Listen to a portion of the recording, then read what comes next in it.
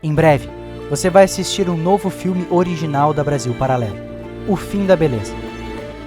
Clique no link desse vídeo e faça o seu cadastro. No primeiro dia de novembro de 1755, Lisboa sofreu um terremoto que destruiria milhares de casas e edifícios. No mínimo 15 mil homens morreram e o desespero foi generalizado. As primeiras tentativas para restaurar a ordem só começaram no dia seguinte e foram comandados pela Secretaria de Estado do Reino, um homem ambicioso e com planos de reformar Portugal por meio da centralização de poder. Sebastião José de Carvalho e Melo, o Marquês de Pombal. Pombal organizou Lisboa após o terremoto e contava com um contínuo aumento da produção de ouro brasileiro para a reconstrução da capital de Portugal. Na contramão de suas vontades, a produção caía velozmente nas minas. Em vez de Pombal adaptar o ritmo de seus planos, decidiu recorrer à violência e acelerá-los. Ele cria um problema muito sério dentro de Portugal e depois no Brasil, porque é um homem que, fundamentado nesses ideais iluministas franceses, ele tem uma ideia de que a igreja é uma ameaça, embora ele próprio fosse alguém que, de uma forma um tanto ambígua, não colocava em causa a existência da igreja e a relação da igreja com o Estado português na época. Mas a maneira que ele encontrou de inserir os ideais iluministas franceses dentro de Portugal, por via do ensino, foi perseguir os jesuítas. Déspota esclarecido é a visão ou a definição que eu estou mais alinhado.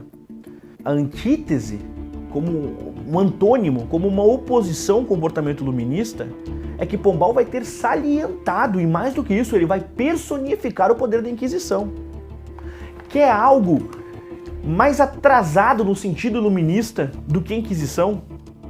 E Pombal vai ter salientado o poder da Inquisição, nomeando inclusive inquisidores e dando uma força aos tribunais inquisitoriais que eles até então não tinham. Certa noite, o rei Dom José retornava ao palácio, quando um tiro lhe atingiu o braço e o peito.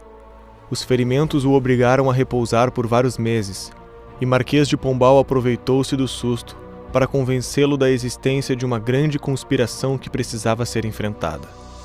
Pombal imaginava uma fonte de dinheiro que podia pagar seus projetos: a Ordem dos Jesuítas.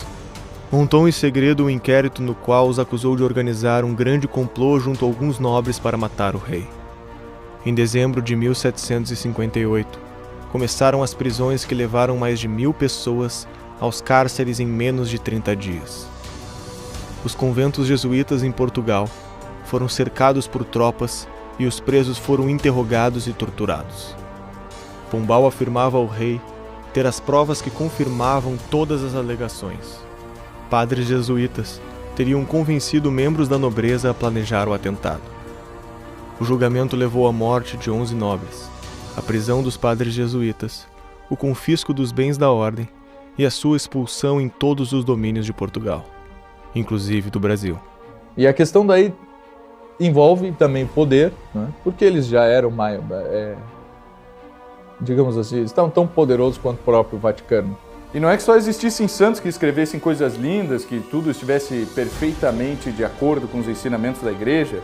Lá tem padre defendendo o aborto, autores defendendo o assassinato, se é judeu pode matar, tem tudo isso. Tudo isso por questões que já haviam sido resolvidas moralmente, pelo menos nos costumes e na teologia da igreja há muito tempo. Muitas vezes Dom José é isentado de um processo em que ele foi não só cúmplice, mas também agente.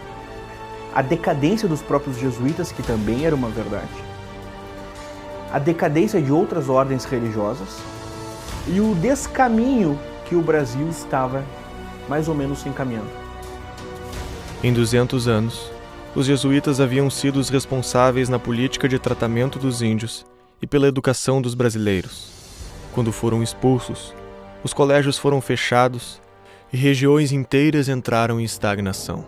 Com isso, o Pombal começa um processo de estatização de várias dimensões da vida civil em Portugal e, portanto, nas colônias, que até então não eram estatizadas, a começar pelo ensino.